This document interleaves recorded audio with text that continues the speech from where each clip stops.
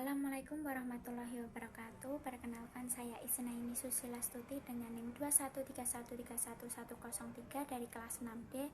Di sini saya ingin memenuhi ujian tengah semester atau UTS di mata kuliah parenting, jelaskan tentang materi mendidik dengan keteladanan dan cinta Rasulullah SAW. Sebelum saya menjelaskan tentang mendidik dengan keteladanan dan rasa cinta Rasulullah SAW, di sini saya akan menjelaskan apa itu keteladanan. Nah, keteladanan di sini tuh adalah dalam Kamus Besar Bahasa Indonesia berasal dari kata dasar teladan yang artinya itu sesuatu, perbuatan, barang, dan sebagainya yang patut ditiru atau dicontoh. Jadi keteladanan itu sendiri adalah hal-hal yang dapat ditiru dan dicontoh.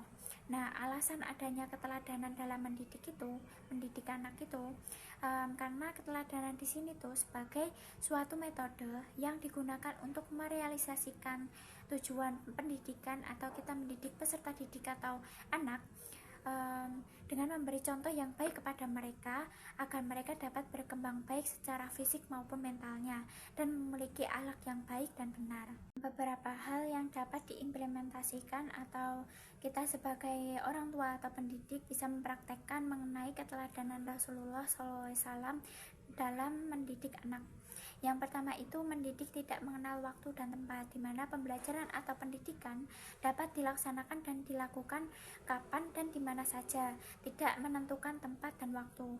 Padahal dalam Rasulullah SAW dan para sahabat bahwa menjelaskan bahwa mengajarkan kita untuk menggunakan waktu dengan semaksimal mungkin. Lalu yang kedua dengan pendekatan.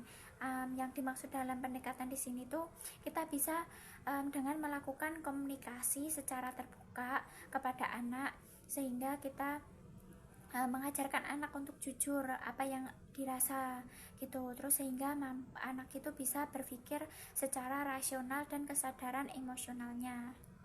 Ketika itu dengan memberikan bimbingan, teguran, dan arahan.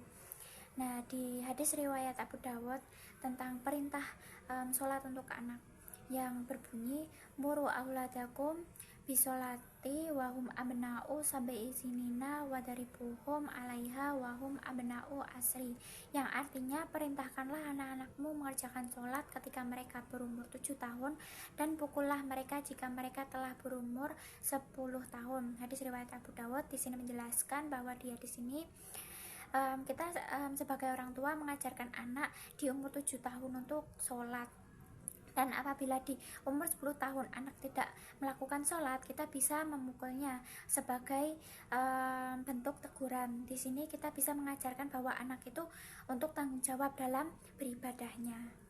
Lalu yang D, memberikan teladan dan tuntunan. Nabi Muhammad SAW selalu lembut terhadap anaknya. Dia mengedepankan cinta daripada amarah. Nabi juga mencontohkan sikap mulia kepada anak yang ia sayangi. Nabi Muhammad selalu mencium anaknya lalu mendoakan kebaikan. Suatu ketika Abu Hurairah berkata, Nabi Shallallahu Alaihi Wasallam mencium Al Hasan bin Ali, dan di sisi Nabi ada Al Aqra Habis At-Tamimi yang sedang duduk. Maka Al Aqra berkata, aku punya 10 orang anak, tetapi tidak seorang pun dari mereka yang pernah aku cium.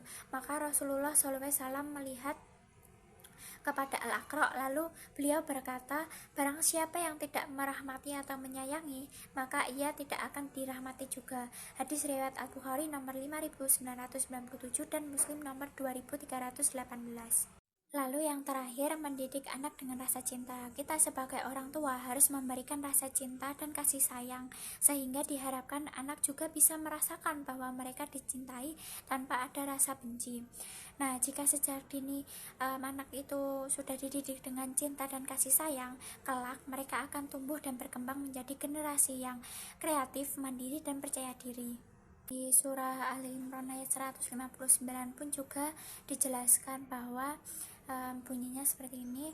Bismillahirrahmanirrahim. Fabima rahmatin minallahi lintalahum walau kunta faddan ghalidul qalbi lang faddu min hawlik fa'fu anhum wastaghfir lahum wasawirhum fil amri fa idza azamta wa tawakkal 'alallah innallaha yuhibbul mutawakkalin. Yang artinya, maka disebabkan rahmat dari Allah lah kamu berlaku lemah lembut terhadap mereka. Sekiranya kamu bersikap keras lagi, berhati kasar, tentulah mereka menjauhkan diri dari sekelilingmu.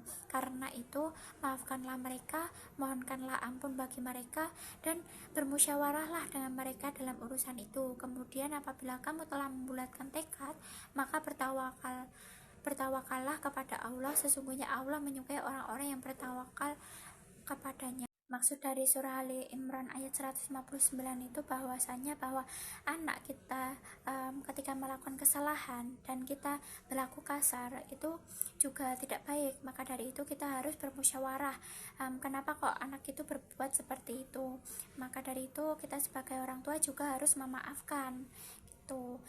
Jadi tidak harus berlaku kasar, kita bisa mengkomunikasikan kepada anak sendiri gitu. Mungkin itu penjelasan dari saya. Bila ada salah kata maupun perbuatan, saya mohon maaf dan terima kasih. Wassalamualaikum warahmatullahi wabarakatuh.